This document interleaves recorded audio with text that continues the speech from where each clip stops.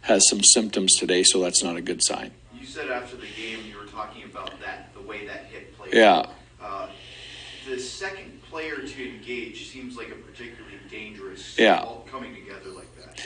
Yeah, well, I think it absolutely is. One, because you can't see him. You're kind of screened from him, and two, the puck's long gone. I think that's the vulnerable piece of it is, if Nils has the puck on his stick, then I get it, but the puck's nowhere near him at that point. So that's the vulnerability, of the player being put in a really tough spot. Pete, by the end of next week, you could considerably have 6 different players with 20 goals. Yeah. What is the depth like on this team? Yeah, the scoring depth has been, our greatest strength all year. I think, the goal this year was to keep our defensive foundation and make sure that we don't lose that identity. But to add some depth scoring, I don't think it's any secret. It wasn't that long ago this was considered a one-line team. So, I think we've done that, and I've been really happy. It's led to the record we have, the wins we have, the way we play. It's been a major difference in where we're sitting in the standings right now, because of that depth. Yeah, that depth has helped lead them to first place in the Central, 74 points. So far this season, they are tied with the Panthers and the Bruins, and are only trail of the Vancouver Canucks, who are at 80 points right now. But the Stars have put together a hell of a season, 8-1-1 in the last 10. Winners of 3 in a row, crushing Nashville Thursday 9-2. And the Oilers looking to bounce back after a disappointing 6-3 loss in St. Louis the other day. Let's get to some texts. I want to wind things down with some texts because I saw some funny ones in the nasty chat and in the inbox earlier. Vance Van Vandervan says, Tommy G, quote, I'm not a doctor. I just play one on TV. Actually, that's not true. I play an elk piss-covered bow hunter on TV, but it's basically the same thing. Thank you, Vance Van Vandervan. Nailed it. X-Ray J says, let's teach these offensive wannabes how goals are scored. Norman at Combine says, I've been to the farm already. Listen to Hello Hockey back home, getting ready for the game. Let's go, says Norm. Hello, Norm. Hope you're doing well, pal. X-Ray J also says he loves his wife. My wife. She gives me a 5-beer limit, and I can stack off, or my days off. Well done. Cole in Ellerslie asks, think the Oilers will be able to show up for a matinee? Answer, probably not. I am also of the mind automatically that the Oilers generally aren't good in matinees, but they've kind of proven us wrong, or me and others wrong in the last few years. So maybe they're a pleasant surprise today. They're a good team too, but they're going to have their hands full against the Stars. The Stars team that they've lost to already once this season, 4-3. That game coming in Edmonton on November 2nd. Gagner, a couple of goals in that game. And we'll see if he can provide a spark as he is in for Dylan Holloway, who is sick. Okay, let's go to the inbox really quickly as we wind things down. Taco says, Tommy, afternoon game plus Dallas equals guaranteed loss. Taco. Positive thoughts, Taco. Positive thoughts. Put it out there. Manifest it. There's Trev. Trev's he's putting the vibes out into the ethos. Good man. Good man. Good to have Trev back.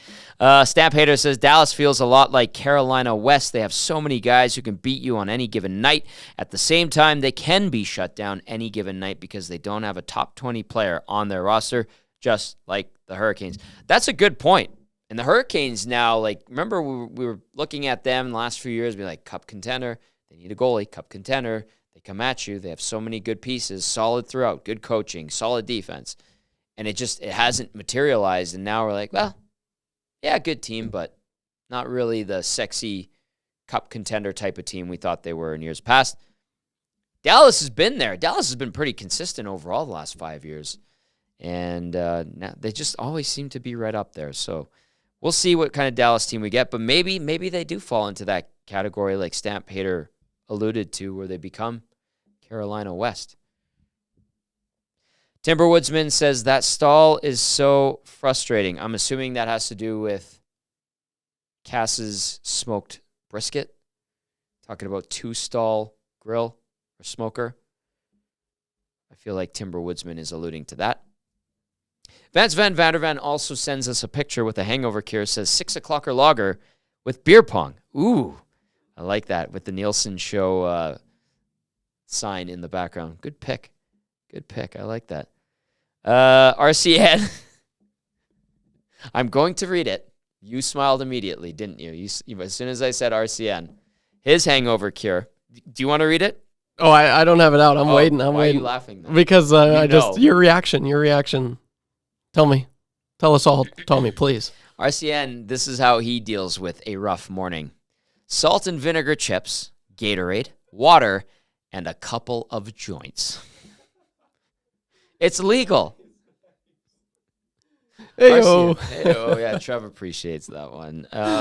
Phil from a balcony in Banff says, hey guys, my email bounced. Please confirm your email address. Thanks. Phil, is that for us? We'll get that to you, pal. And then Kaiser says, we're looking handsome. Thank you, Kaiser. Appreciate that. Big thank you to the staff at Nate, the crew from the Nugget over at Nate, and everybody who organized the Nash 86 broadcasting conference. Had a chance to go speak to a small group of up-and-coming broadcast students who will be our future generations of broadcasters. And that was really neat. So I came right from Nate to the studio and into the pregame show. And they were asking, like, how do you get into it? Like, I want to do sports. And I said, make friends. Take advantage of every opportunity. And then I was like, you know what's a great story? YouTube Trev's story. And I told the story from you last year. You put the video out a couple weeks ago. What did you do, Trev? How did you get this job? Yeah, well, you have a dream. You got to go chase it, Tommy. I bet on myself from, small town, and my dream was to come to Edmonton. So I've always wanted to start my own little thing, right, with my channel. And it wasn't obviously the greatest at start, but you got to be patient. Patient is thy virtue. And so, you bet on yourself and just being a huge listener to the Oil Stream, the Nielsen Show, everything. 2 guys and a goalie. It just so happened that I was at BP's the night Tommy. Yeah, I was working. I was bartending, and connections is everything. That's what they taught me in school. And put yourself out there. If you're making a pitch, someone may not like it. Well, they may not like your product. Well, sell yourself. And that's kind of what I did. I was like, "Sup, boys? How's it going?" You did. You were like, how we doing? Yeah. Nicest Travis I ever met. Yeah, absolutely. Yeah. So put yourself out there, and if you're nervous, that's a good thing. It really is. So that's kind of all it is. And that put a smile on my face when you told them that story. It's pretty cool, Tommy. It is the truth. And if you want it, chase it. And I know we have some good young minds that are going into broadcast, and that was a story I had to use. You were very, very friendly that day, to the point where Dusty and I looked at each other like, that guy's really nice. And Dusty went and watched your above average YouTube channel. And he's like, that guy's pretty good. Let's go. And he's good with graphics, and he's good with this, and he's good with that. And we're like, let's keep that guy's contact info. Lo and behold, a few months later, 1260 gets killed. And we're like, we need another producer. And I'm like, did you think about that Trevor guy from BP? He's like, yeah, I already contacted him. And boom, yeah, that's so sick. Yeah. It's crazy how it works out. Thank you to everyone at Nate and Nash 86. That's awesome that they're doing that. I remember when it was the Sportsnet conference back in the day, and it's something that I think young, up-and-coming, want to be broadcasters, journalists can get a lot from. So it was really neat to be on the other side of it today. All right, we're going to end with Tommy Rubella's hangover cure. My hangover cure is screaming, no, no, no, I don't want it, no, then crying. Tommy Rubella, hang in there, pal. Hang in there. All right, that's going to do it for the Oil Stream pregame show. Huge thank you to everyone who tuned in and texted in. Let's see if the Oilers can get a win in Dallas. They've won 3 of their last 5 visits there. Used to be just an absolute disaster every time they went there. Didn't win a game in Dallas from 1996 to 2004. Not the case anymore. Maybe they get it done. They're going to need to be on their best. For YouTube, Trev. For Matt Kassian, I'm Tom Gazzola saying enjoy the game. Talk to you in a bit.